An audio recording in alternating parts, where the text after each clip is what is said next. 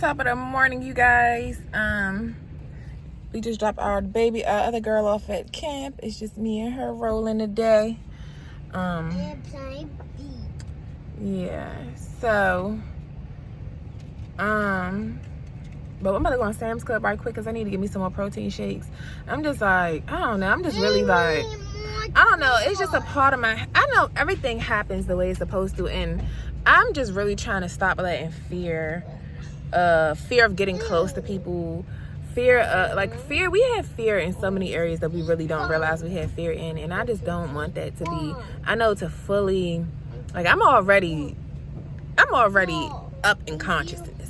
I'm at a top height of consciousness, but I feel like for the ultimate peace inside, to just make peace with, you know, certain wounds, especially when it comes to my mother and father wound, I need to connect with my other family. So my sister, I just responded to my sister today about, she messaged me on Instagram, and it's been years. I don't know my dad's side of the family at all, and I just feel like this is God, and I don't even know why I want to cry about it.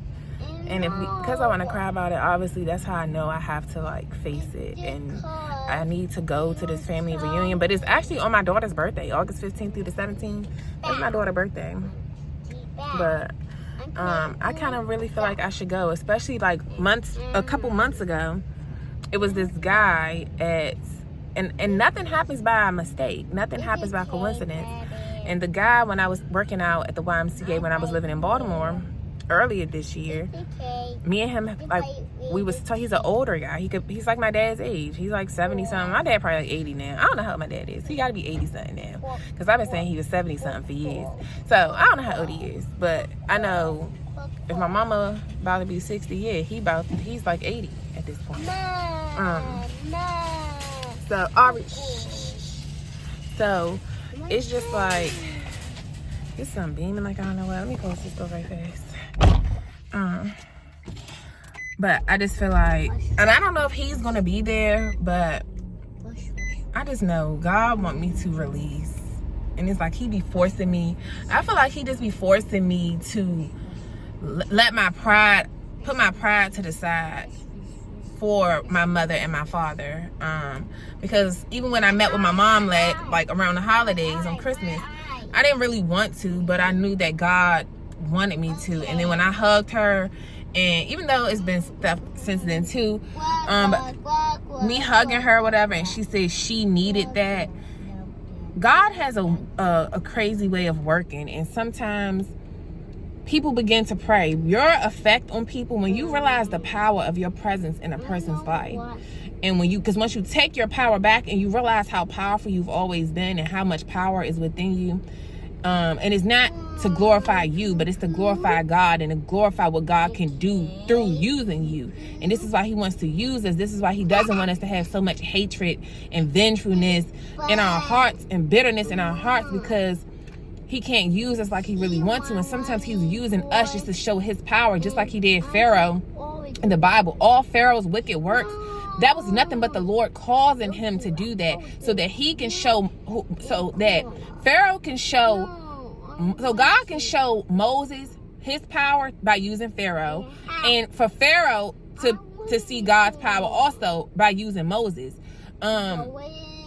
Because he got he'll harden some people's heart just so okay, then you can play a part, and he can use you to play a part to show them who he is. It's funny because I keep saying 9:17 too, and that's a verse that's a verse in Exodus, I believe. I think it's Exodus 9:17 or Romans. Which one was that? Because it was saying just like as, let me look it up right fast. Romans 9:17. I think it's Romans, because like God speaks to me through numbers. So a lot of times when I get these numbers, I go to the Bible verses for them. And yeah, so Ari, can you be quiet for a little bit? Romans 9:17 states, "For the scripture says to Pharaoh, for this very purpose I have raised you up, that I might show my power in you, and that my name might be proclaimed in all the earth." This verse highlights God's sovereignty and purpose in raising up even a figure like Pharaoh, using him to demonstrate God's power and make his name known throughout the world.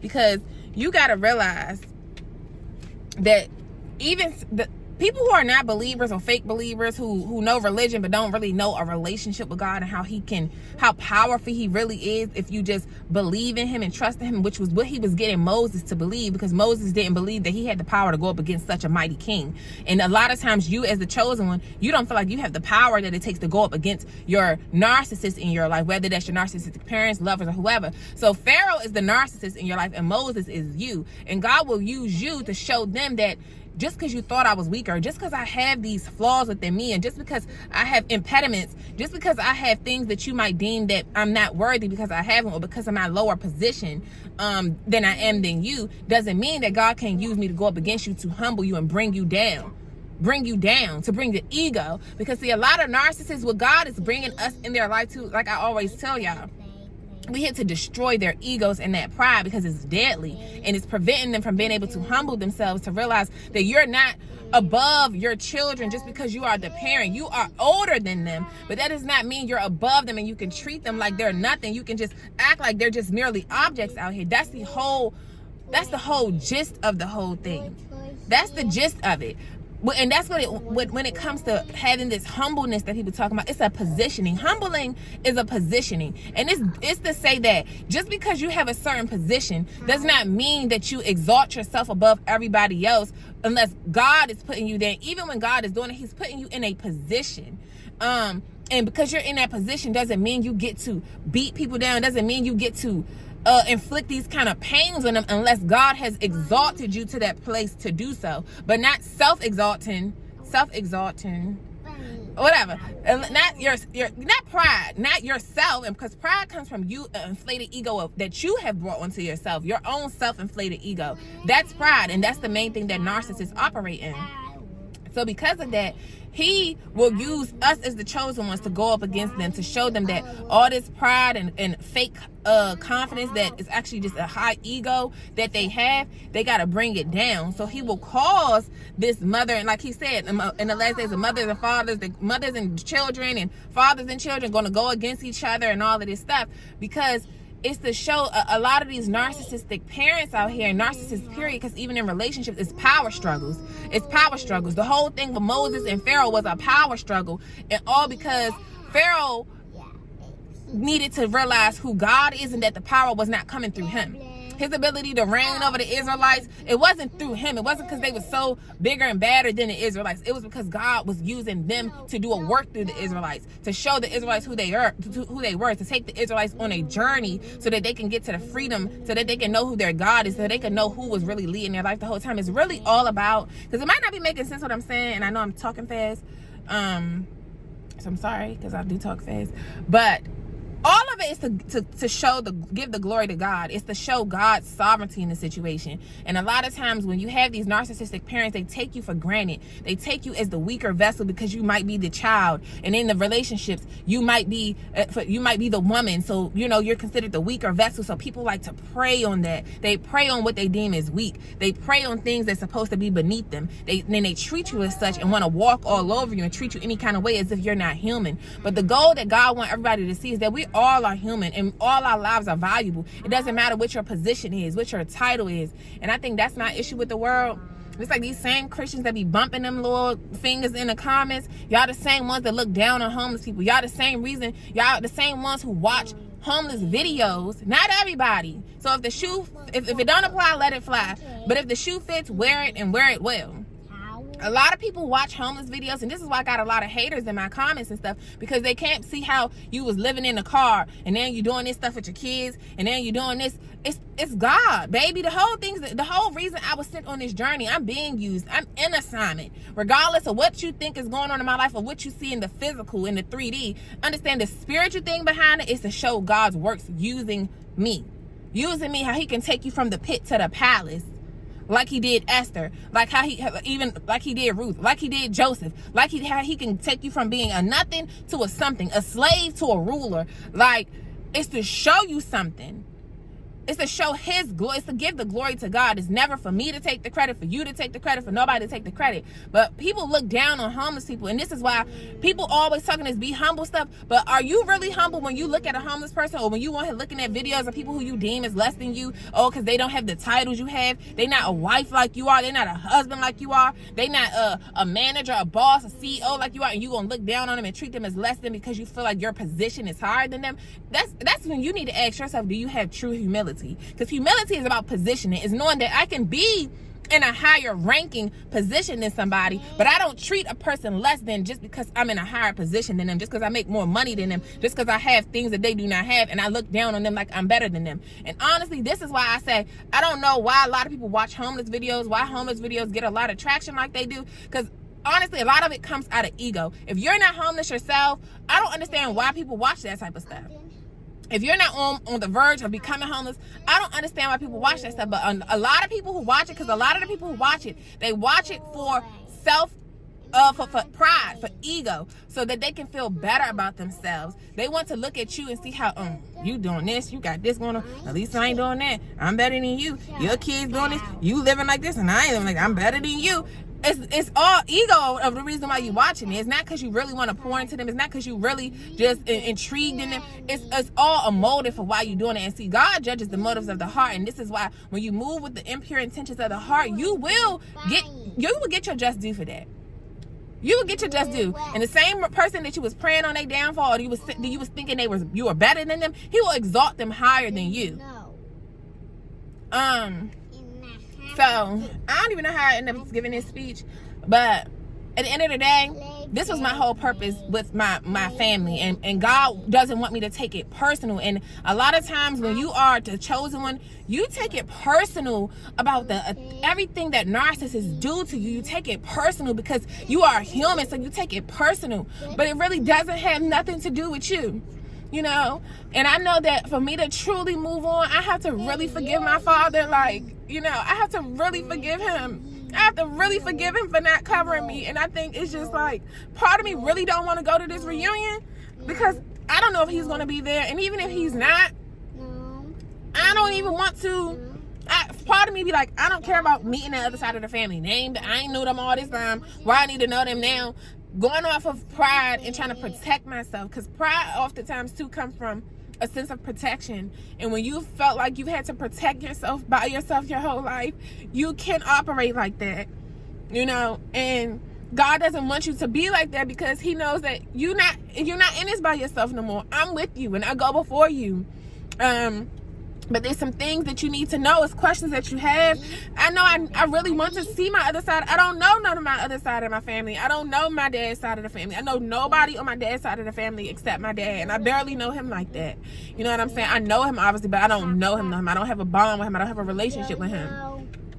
Just like before I did this video, I was just listening to the Future Trillionaire song.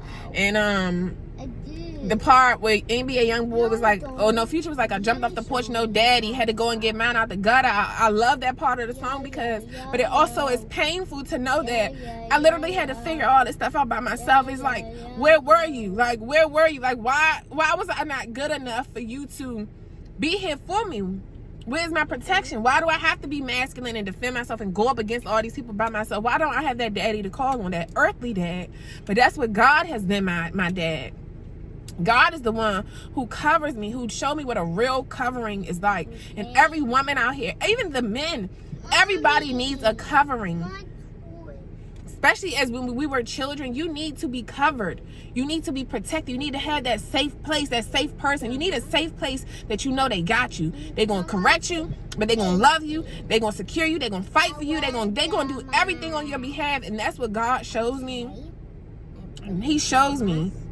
And I know that a lot of my blessings, he's not going to release certain things until I let go of this dad thing, this bitterness towards men because of my dad wound. So fear of love because I don't want to get attached to no man. I don't want to become one with no man because I don't trust a man, because I don't even trust my own daddy. Don't even barely like my own daddy. So that stuff goes off into your relationships. The same with the men with their mothers, and even with us with our mothers. It affects our friendships. It affects everything until you really get to the root of who really caused you that pain. And you got to really, really forgive them, not for them, but for you. So you can move forward in peace and be willing to accept and receive love again, because you okay, wait a minute.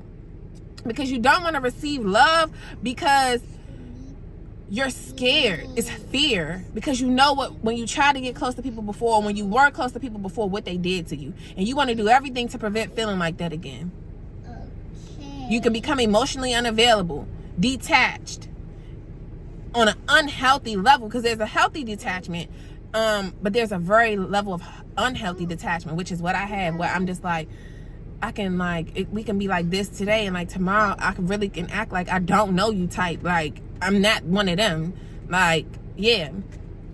And it affects things because people be really wanting to get close to me, and I'm like, I can't. It's a resistance. Like I can't get close to you.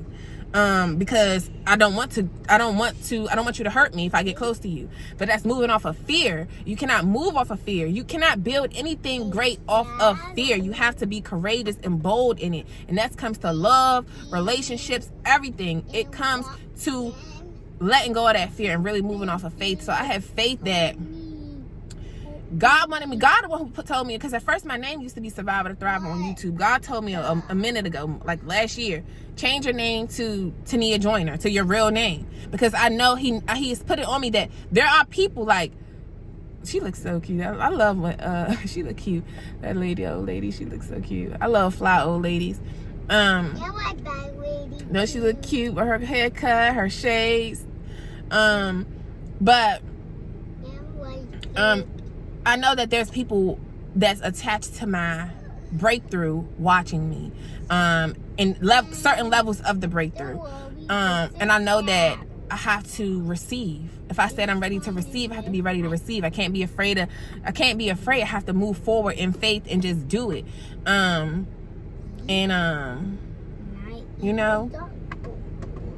You never know who's connected to your blessings, to your destiny. And you don't do it just because of what you might get out of it, as far as superficial things, but for the peace that is going to bring you within, especially if that's what you've been praying for. And God knows that's all I care about is true peace. True peace. But not just shutting people out type of peace, but really being at peace, even with because just having a deep knowing of this is that and this is that, no matter which way it go. But I just know that I think it will bring me some peace to meet my other side of the family. I don't know my dad's side. I never knew them. I only know my mom's side, and even with them, I'm just not close to anybody. So I think that that's what I need. And who knows, something could be about to happen with my dad, and God needs me. You never know, because when your parents start praying, because when you take your power back, that's what I was initially saying. When you take your power back, and you go no contact, you end up hurting their ego. You hurt their ego. You cause them a narcissistic injury, and because of that, it makes them too. That'll make them start going to God too. They'll be like, what is going on in my life? How could this happen? They get to praying. And one thing about God is, when anybody who starts to seek Him, he has to answer them. That's just who He is. If anybody who is intentionally starting to seek Him, He's going to present Himself to them too. He's going to reveal Himself. He's going to do that because that's just who He is. He's not against everybody. He is a God of love, but He's also a God of correction. He's also a God of justice. Okay, we about to go. And because of that, when they start crying out, just like I know my mom, she must have been praying for, reconciliation with her daughter. It's really hurt her heart to be going through this stuff with her daughter, just as many other mothers and daughters out here is going through. It really do something to you when you have these issues. And they might start praying out to God. They might start going to God to ask Him for forgiveness or for whatever. Alright, be quiet. And when they do that, God gotta show, He gonna answer for them too. So that's why that day when my mom, when I met her and she hugged me, she said, I needed this. And I'm like, and she was crying. I'm like, it's okay. Like, I know. That's why God is working. Like, he'll harden and soften my heart. He hardened just like he did Pharaoh. I'm going to harden your heart, soften your heart. If you pay attention to the things of the Bible, if y'all start reading the Bible and actually believing like it is real, versus just as a story, as just some fluff, like when you realize this is what God really does, that's why it's just so important to read to have context and really let the Holy Spirit lead you when reading the Bible, and because it's a thing that you feel the living word, you feel that the words are real, they're really real. What they're going through is what I'm actively living out. I live out the Bible on my day in and day out. That's how I know the Bible is real. As a person who too used to question if the Bible was real. And no, I'm not no Christian. Let's get that straight. I'm not no Christian, but Bible is real. Bible was never based on religion. But that's a whole nother different thing. Religion is meant to control. Religion is meant to keep you in a box. That's what religion is about. It's meant for you to conform to a way and move in that way, and it be a whole bunch of lies. But you know, so I don't know, like something could be happening with my dad. He's always had health issues, and once again, like men who don't take care of their kids, you never gonna live a healthy whole life. He's had health issues his whole life. Just like my sister said, she don't have no relationship with our dad either, or like she says, her sperm donor. And for my sister to be 60 years old, I'm 31, and she still got this void within her. She still got a resentment towards our dad too, but I also understand our dad, and this is what we got to have understanding too about what our dad has. Our dad been through stuff too. You got to realize how old he is, the era they came up in. A lot of them old folks, our generations before us, they had it bad, especially being as though we're black. We were still in a lot of slave mentalities, then coming out of like a lot of the aftermath of slavery. These men have been beaten, abused, all types of abuse too, sexual abuse too. So they have issues within them. A lot of these people that drink a lot, they trying to escape some darkness, some memories that they want to put to the back. They want to put it to the back burner, things that they regret happening, or that they hate themselves for it happening to them, whether they was physically or sexually abused and neglected and abandoned. Then his parents, from what I heard, his parents was dead before he was even 2. So, you know, so to grow up as never knowing where you come from, and I think that's where like a big part of my journey while I was in Texas is like, I really want to know where I come from. That's why I'm so deep into this biblical black history. I'm really like, I dissect the Bible because I know that the Bible is our history, because we are the true descendants of Abraham, Isaac, and Jacob. We are the true Israelites. We are the descendants. And I think it's really important to me to know my history now, whereas though it was a point in time where I never cared about history and science. Now history and science plays every bit into who I am today and into healing. When you understand the scientific nature of the human makeup of the human body and how it all ties in together with your awakenings, with what you believe, with how you feel about yourself, with fear, shame, the level of consciousness that you're at, all of it ties in together. Okay, just wait a second.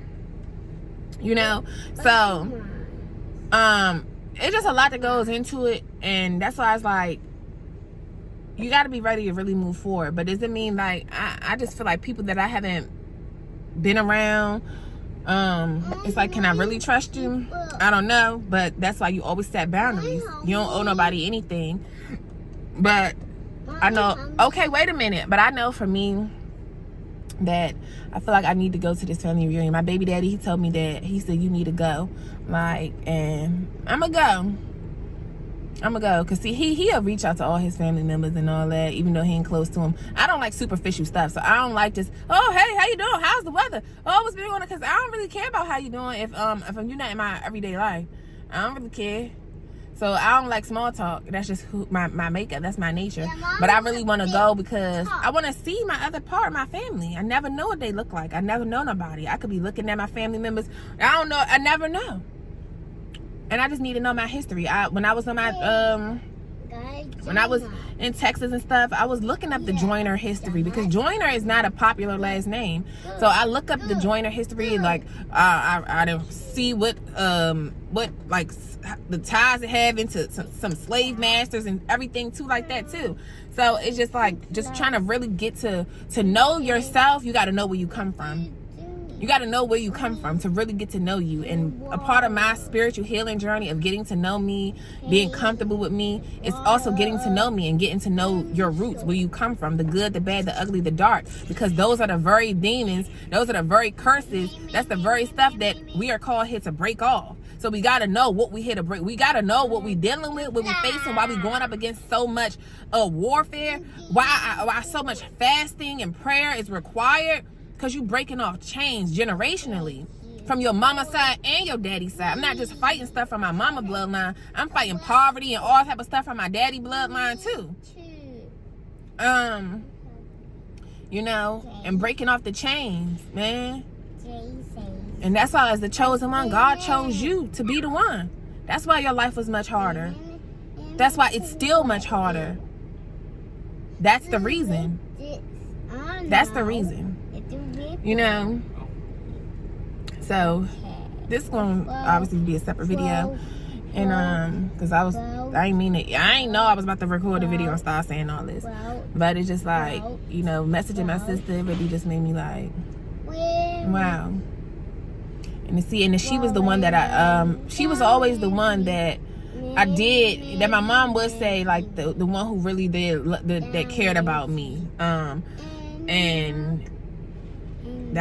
she's the one. And if I'm not mistaken, I think she's older than the rest of the sisters.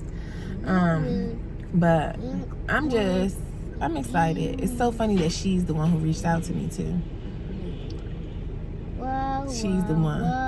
Everything happens exactly the way it's supposed to. That's what I want y'all to know. Everything happens, every single thing. I don't care how bad it seems. I don't care how good it seems. Everything happens exactly the way it's supposed to. It's all divine time and divine orchestration from the Most High, who already wrote your story before you was born, before you was formed in your mama's womb. He knew you. He ordained you. He already sanctified. He already had a plan for your life. And everything that you're going through in your life is all a part of God's plan. It's all a part of his plan.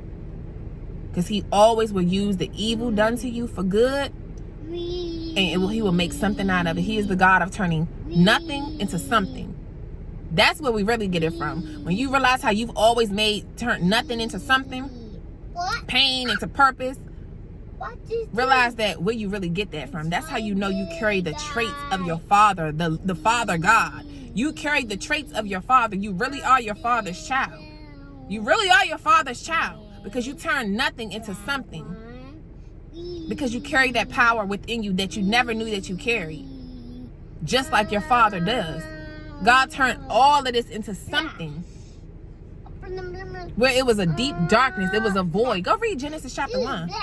Read Genesis chapter 1. Break it down what it was. It was darkness here.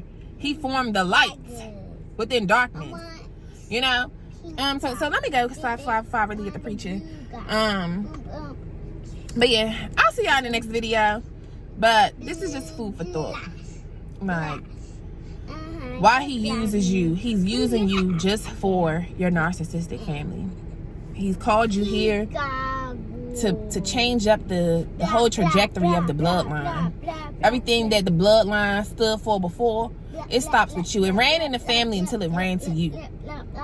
That's what they say. It ran in the family until it ran into you. And then you had to stop it. No more. No more of that stuff. You know? So, I'll see you on the next video. Deuces.